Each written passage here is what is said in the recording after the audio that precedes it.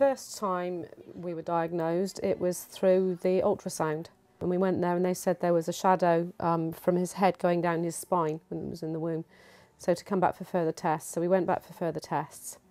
And they called us into the room and said there are several conditions associated with what's happening in here.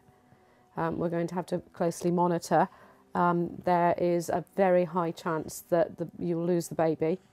There was also a high chance that my amniotic fluid would have built up to such high levels that it would cause a danger to my life. We came away, kind of digested the news, thought, well, okay, we're going to go with this, because obviously they said that there was a chance at that stage to have a termination. But when we were discharged, they said that it's not compatible with life, that his oxygen sats really low. They weren't going to do anything to prolong life.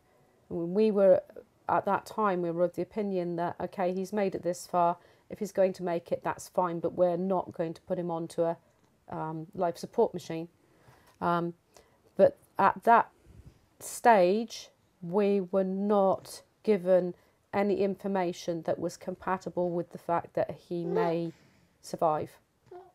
We were told quite categorically that probably 3 weeks, 3 months at the most.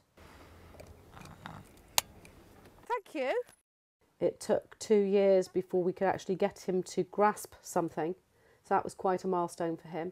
He can't sit unaided. He can't move without being carried. He can't explore the world around him unless the world actually comes to him.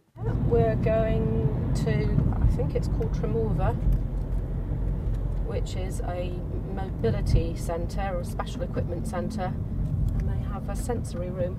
For the first year of his life he slept downstairs and he had to have someone with him because he'd stopped breathing. We had a nurse in twice a week. We did 2 nights each. And then we had a friend, so we had several friends that used to take it in turns to come in and stay up overnight with him.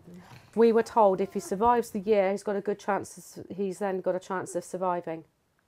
And literally the night before his first birthday was the last time that he stopped breathing. But if you asked any of my children, they would say that they disappeared into the woodwork. Because it was all around nurses, nursing staff coming in, our friends that were coming in. The teenagers all love watching all the rapping and, you know, whatever the music scene is at the moment. And he actually really loves that. School's really good for him. That's a whole new dimension. He has, at the moment, 3 days there. We have had what used to be called the multidisciplinary meetings. So basically we get everyone that's involved in William's life and get them all sitting in a room to decide what's the best way to go about actually seeing to William's needs. We do have a care plan which changes as William's needs change. Sometimes there's not many things that have to be actioned, and other times by the time we've got the next meeting there are loads of things that need actioning.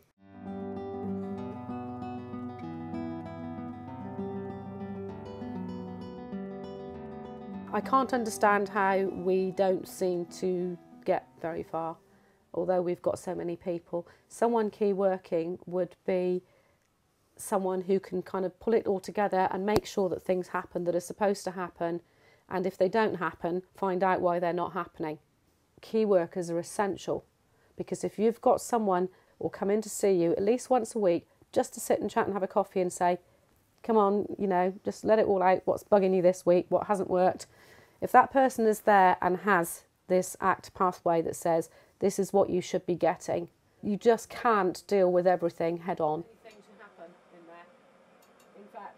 I would say that as a family we haven't been given support for our own needs, our own health needs. I've asked for counselling for 2 of my teenagers. Both times we were told there was such a long waiting list. What they actually needed counselling for was what to do if a child that's expected to die doesn't.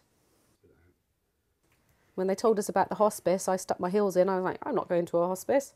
If he's not dying, that's where people go when they're dying. It was a much needed rest, actually.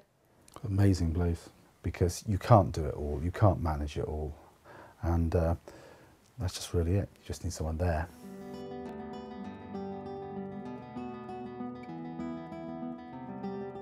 ACT has written a booklet called A Family Companion to support parents. If you would like to order your free copy or have any questions at all about caring for a life-limited or life-threatened child, contact ACT.